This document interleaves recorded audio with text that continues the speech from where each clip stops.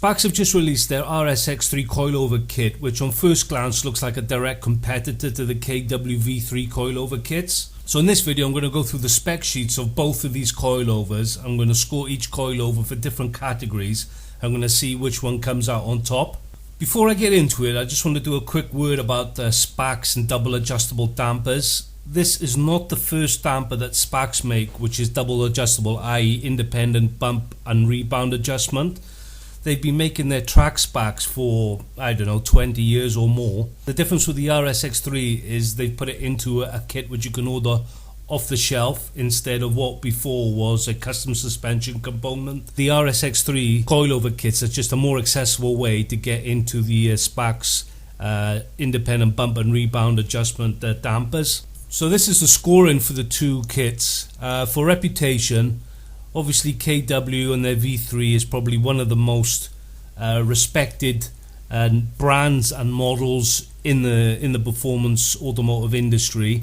I mean, there's maybe not up there with your Rigers and your Motons, but KW is definitely up there. So I've scored them an 8 for that. Spax, I think the quality of Spax and the reputation of Spax in Britain is first class, but I think the brand awareness outside the UK is not very good, so I've scored them 5 for that. Independent bump and rebound adjustment, they've both got it, so they both score 10 for that. Low speed bump adjustment, they both have that. The KWV3 has got 12 stages of adjustment. The Spax RSX3 has got 28 stages of adjustment, so they both score 10 there. High speed bump adjustment, neither of these coilovers have adjustable high speed bump, but what the KWV3 has is a separate valve for high speed compression. So theoretically speaking, for bumps and what have you, it's more comfortable, while at the same time for cornering and braking it can be stiff. Like I said, it's not adjustable high speed bump, but there is a separate valve for high speed bump. With the Spax RSX3, I've actually emailed them to ask them if they've got separate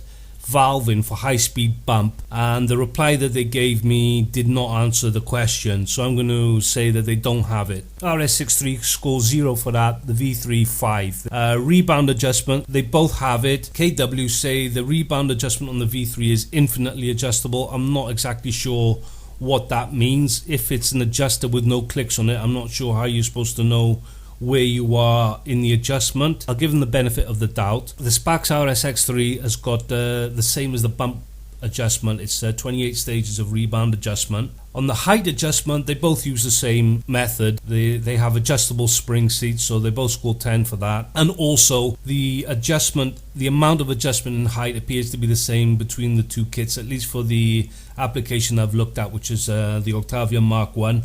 They both go between 33, I think, and 65 millimeters. They both score 10 for that. With regards to the application list, I don't think the application list on these two kits is going to be huge, because they are quite a high-end damper and not everybody's going to want them. So I think they're going to focus on popular performance cars. The application is a little bit smaller, I would say, than their cheaper offerings, so I'm going to give it a 6 for both. With regards to spring options, in some of the photos that you see for the KWV3, some of the springs are progressive, and that limits the amount of choice that you've got with springs. The RSX3, on the other hand, from all the photos that I've seen, they use linear springs with helper springs. If you've got linear springs, basically you can swap them out, and within reason you can put any spring that you want in. If you want to change the spring rate, make it harder, softer, whatever you want to do. Easy to do with the RSX3. With the V3, I'd say difficult, bordering on impossible to change the spring rate if the kit is supplied with a progressive spring from KW. The main issue being that the spring seats will maybe not accept a standard linear race spring. So I've scored the KW 5 for that, and I've given the RSX3 10. With regards to weight, it looks like they're both made from stainless steel. They both got the same adjustment mechanism. I'm going to say the spring weights are the same. Maybe the Spax is going to be a little bit lighter because the springs are smaller, maybe, versus a progressive spring, but I'm just going to call it a draw. I'm going to give them 10 points each. And then we come on to prices, the final category. I looked at one application, which was the Octavia Mark 1, and the V3 were costing around 1,800 quid, and for the same car the RSX3 cost 1,400 quid. So the Spax were quite a bit cheaper than the V3. So I've scored the KWV3 a 6, and I've given the RSX3 an 8. and that brings us to a total of 80 for the KWV3 and 79 for the Spax RSX3.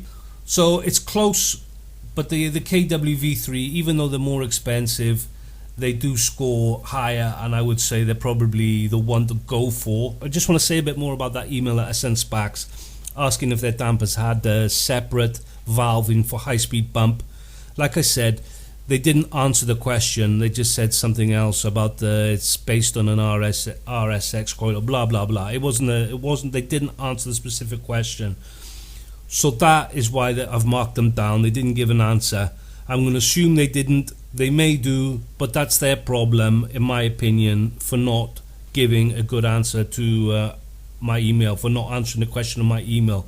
That's their problem. If it has, they can contact me, leave a comment or whatever they want to do. But as things stand at the moment, I'm going to assume it doesn't, and this is why they lost that comparison. If it turns out later that they got high-speed bump, then the RSX3 looks a super appealing option for people that are looking for a coilover that's got independent bump and rebound adjustment. But as things stand at the moment, the KWV3 wins. As always, guys, if you enjoyed the video, if you found it informative, please give it a vote. Subscribe to the channel if you're not a subscriber already. Look after yourselves, and I'll see you again next time.